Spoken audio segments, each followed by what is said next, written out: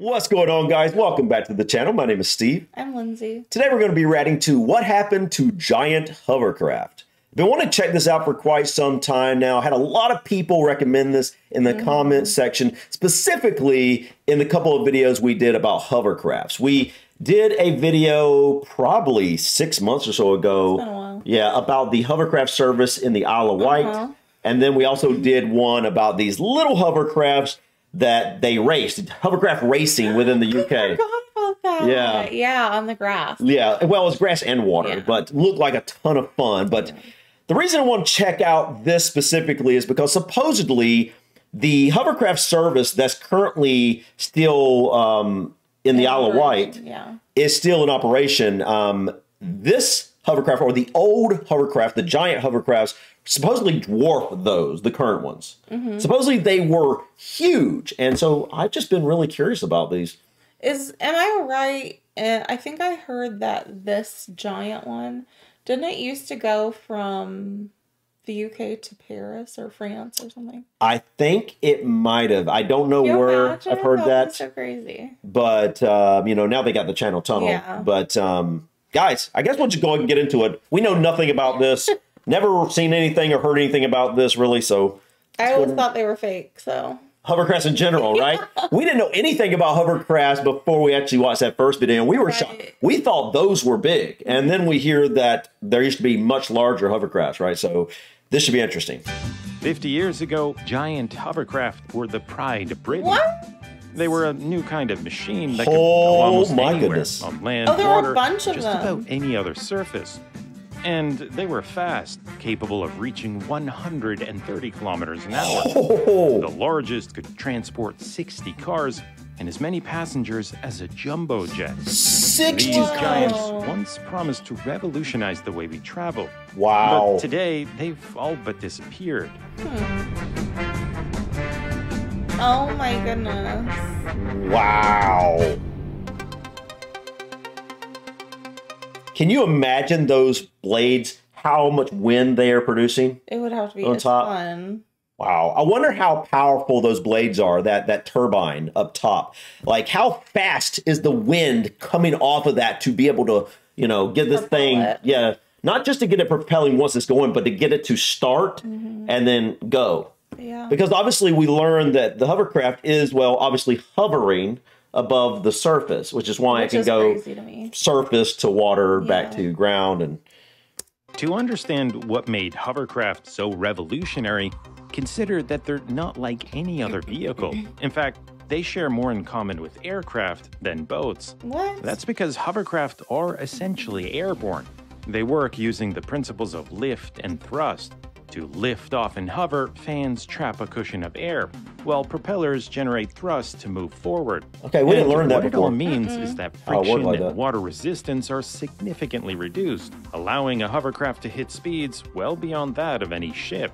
Dude, that is so insane. I want to ride on one so bad. Yeah, it'd be pretty We are going to, when we're in southern England, we're going to go to that hovercraft service down the Isle of Wight and do that. We got to. You know, that sounds like so much fun. I want to feel what it's like to go across the water. Does it feel bumpy or is it just smooth?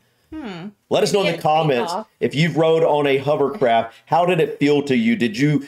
Was it really bumpy or did you not even notice it was like going across glass? Because it obviously is hovering, so maybe it's smoother than you would expect.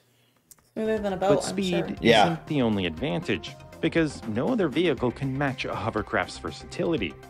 Out at sea, in shallow water, on ice, or in a swamp, they can go where no other vehicle can. Where there's no harbor, a hovercraft can simply crawl out of the water, where a ship would run aground. Yeah, that's true. Hovercraft were a brilliant innovation, and in the 1960s, a hover transport revolution seemed just over the horizon.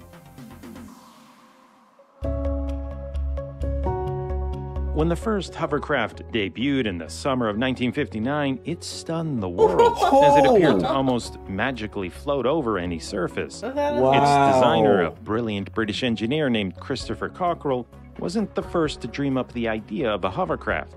But modern hovercraft wouldn't be possible without Cockerell's key innovation called the momentum curtain.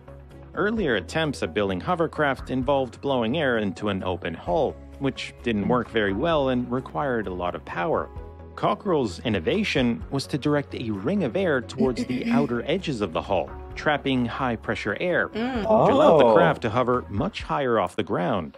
In 1959, Cockerell and 2 others piloted the first practical hovercraft all the way across the English Channel. Wow. But it would take another key innovation to truly unlock the hovercraft's potential. In 1961, another British engineer proposed fitting the craft with a flexible skirt, which would allow it to hover much higher off the ground to better handle uneven surfaces. With the flexible skirt, hovercraft could become much more versatile machines. Wow. And it sent British aircraft builders racing to develop their own designs. Almost overnight, the first small-scale hovercraft transport services began popping up throughout Britain. In just a few short years, hovercraft would go from small prototypes to enormous craft that could carry hundreds of passengers. Goodness!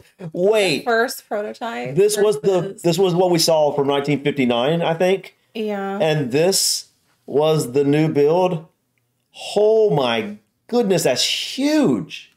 You know, I have a question for anybody that knows, anything about hovercrafts really. Could you potentially take these, far out in the ocean, like cross the ocean? I just don't know if it would work. You know what I mean? Because scared. I mean, especially if you got into a big storm where there were huge waves and stuff, I don't think that would work very well. I don't know. Let us know in the comments, guys.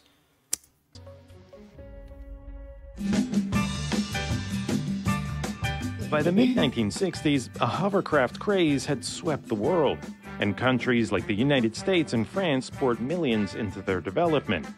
But the British were at the forefront, and the leading company in the world was Saunders Roe. They had not only built Cockerell's original prototype, but also a series of civilian and military designs. And in 1963, Saunders Roe set out to build a new kind of hovercraft, one that would be 4 times larger than any previous design to compete against conventional ferries. On the English Channel, a ferry needed about an hour and a half to make a crossing. A hovercraft would cut the trip down to just half an hour, allowing for twice as many daily crossings. Oh, wow. The new giant would be designated as the SRN-4, and it would operate more like an airliner, with a crew that would include a captain, flight engineer, and navigator, along with a deck and cabin crew of 11. In standard configuration, it would carry 30 cars and 254 passengers. That is insane. Or could be configured for 609 passengers. Oh. No one had ever attempted to build a hovercraft this large. The engineering and economic risks were enormous. Oh my goodness. Looks The like a world's cruise ship. largest hovercraft debuted in the summer of 1968, with service connecting Britain and France on the English Channel. On board, high-profile guests included Princess Margaret and Christopher Cockerell himself. Passengers marveled at the all-British achievement as the 165-ton machine built up speed. But what no one yet realized was that the SRN-4's rubber skirt was literally tearing apart beneath them. Attachments designed to contour waves were damaged or torn right off by rough seas, sending repair crews scrambling to replace them after almost every trip. Okay. And just 3 days into service, a large wave damaged the craft, putting it out of commission for nearly a week. See, I had thought when we saw the previous hovercraft videos, I thought that was like a balloon on the bottom, sort of. I did too. Some sort of like an inner tube. Yeah, kind of like an inner tube. And it was really just the start of problems. Crossings were regularly canceled due to mechanical issues like hydraulic and gearbox failures. But an even bigger issue was the weather. The SRN-4 was rated for waves of just 2.5 meters. Man. So, like and on you the were English saying. Channel, it didn't take much to stir up those kind of conditions. In its first 3 months of service, more than a third of scheduled trips were canceled. The debut hadn't gone well, and in October of 1968, the SRN-4 was pulled from service altogether to undergo extensive modifications. You know, this reminds me, a while back I was going to look into how a ship was built, like an 18th century warship and stuff like that, because I think that would be interesting. And you know, I was just curious, have you ever been on any type of big ship or boat, like a big boat, like an ocean liner or something like that? I don't think I have. I don't recall. I'm thinking about it. I have never been on a cruise ship. I've never been on some sort of large ship. No. You know, I've been on boats in the ocean, you know, I mean, in a lake, like speed boats and pontoon boats. Smaller speedboats in the ocean. Yeah, that's true. Like when we were over in Indonesia, we crossed over to some islands and stuff on little speedboats and some very choppy water. Looking back, I don't know if I would do that. Yeah, man, that was pretty intense, man. So that was, didn't they say it was like the worst One of the most waters dangerous water paths in the world? In the world, yeah. Yeah, and some like. And we had originally planned on going in like the cheap economy boat, and I'm glad we didn't. They didn't have life jackets. Yeah, there was something like I just got a feeling like we should just find some other company, and I'm glad we did. But but it just got me thinking. It's like, you know, I really don't know much about seafaring vehicles. Because we don't live. Well, you used to live closer to the ocean than you do now, but I never lived still on the ocean. Yeah, I never lived on the ocean or even within, say, 100 miles or anything. Like I lived within a couple hours of the ocean. And I love going down there. And I've been on, you know, smaller boats, like fishing boats in the ocean, but I've never been on like an actual large ship. Yeah, and I think it would be interesting. I think it would be fun. Part of me feels like I have because I've seen so many movies like Titanic. Yeah, true. But no, I've never. But anyways, guys, I was just thinking about that. This makes me want to look into some things about ships. Let us know in the comments if you have any recommendations for things about seafaring vehicles and whatnot. Because I know you guys in the UK, you tend to be obviously a lot closer to the ocean. I think it's like, what is it like? No matter where you're at, you're like within 70 miles of the ocean or something like that. Don't quote me on that, but it's something like that. I mean, it is an island. Because like even if you're in the middle, it's only so far to either direction, right? Yeah. And so, so that's something we obviously don't experience. Currently, we live like, I don't know, 800 miles from the ocean or something. So it's a waste. Yeah. Unreliable and seemingly unsuitable for open water travel, the future of large passenger hovercraft was in doubt. Next time, cross the channel the streamlined way. It's fast. It's got style. Good morning, ladies and gentlemen. It's a beautiful day. We'll be traveling at 60 miles an hour, and we're expecting to cross in just 35 minutes. That would be so cool. It would be fun. Despite the disastrous debut, cross-channel hovercraft proved to be incredibly popular with the traveling public. And by the time the SRN-4 was put back into service... Hover speed. That's it. That hover speed. Isn't that the name of the current company that we saw? No, it's not? I don't think so. Oh. I don't think so. Maybe it's not then. I don't know. It sounds familiar for some reason. Many of the earlier issues had been solved, and the skirt had been redesigned to better withstand waves. By the mid-1970s, there were 2 carriers operating iconic hovercraft on the English Channel, and they could barely keep up with demand, with trips fully booked weeks out in advance. Wow. But there was still a problem. Neither Seaspeed, carrier was Lloyd. actually making money, because the SRN-4 burned 1,000 gallons of aviation-grade fuel every hour, and maintenance costs were astronomical compared to conventional diesel ferries. To offset high operating costs, both carriers had to modify their hovercraft to increase passenger and vehicle capacity by widening and lengthening their hulls. By 1978, the largest hovercraft could carry 418 passengers and 60 cars. The increased capacity helped make giant hovercraft more competitive. And by the end of the decade, hovercraft were carrying nearly a third of cross-channel passenger traffic. That is insane. But as the 1980s approached, large civilian hovercraft would face a challenge that no engineer could solve. If iconic hovercraft were in operation today, they'd still be the fastest way to cross the English Channel, faster than conventional diesel ferries or high-speed catamarans introduced in 1991, faster than even the Channel Tunnel, which opened in '94. But it wouldn't have mattered. The hovercraft as a form of transport really was doomed from the start. before he explains why, I'm just thinking they did this for sounds like a decade, or I don't know how long they were going across the channel, on a regular basis. Yeah. But it sounds like it lasted for quite a while. So it's interesting how it lasted, and then all of a sudden something so bad, other than fuel costs. Fuel costs. I was going to say, do you think it's the resources? Yeah, it might be fuel costs. Like obviously, it costs a lot to, for the fuel. But also, the Isle of Wight ferry, was it Island Express? That don't sound right to me. No. Maybe I have. Are you talking about the ferry or the hovercraft? The hovercraft. Oh, on the Isle of Wight. No, I think it was something like hover speed or something. I don't know. I guess we'll have to look that up afterwards. Now I'm curious again. In the early 1960s, they had captivated the public's imagination with their incredible speed. But that speed came at the cost of just about everything else. Compared to conventional ferries, hovercraft were less reliable, less efficient, less capable in rough weather, and less comfortable.